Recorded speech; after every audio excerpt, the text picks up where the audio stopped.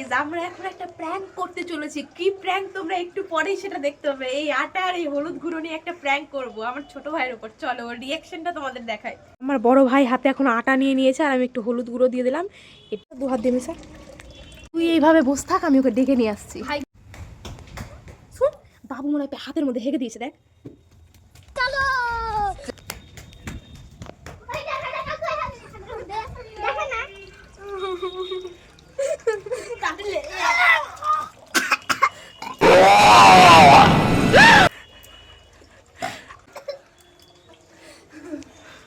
আমি তো দেখাতে আনলাম, তুই হেগে দিয়েছিস, তাই বলে তুই ওর মুখে লাগিয়ে দিবি? বলতো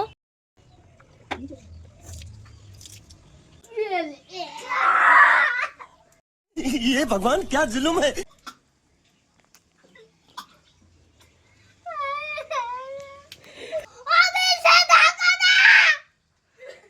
मम्मी रे आज तो मैं मर गया भैया।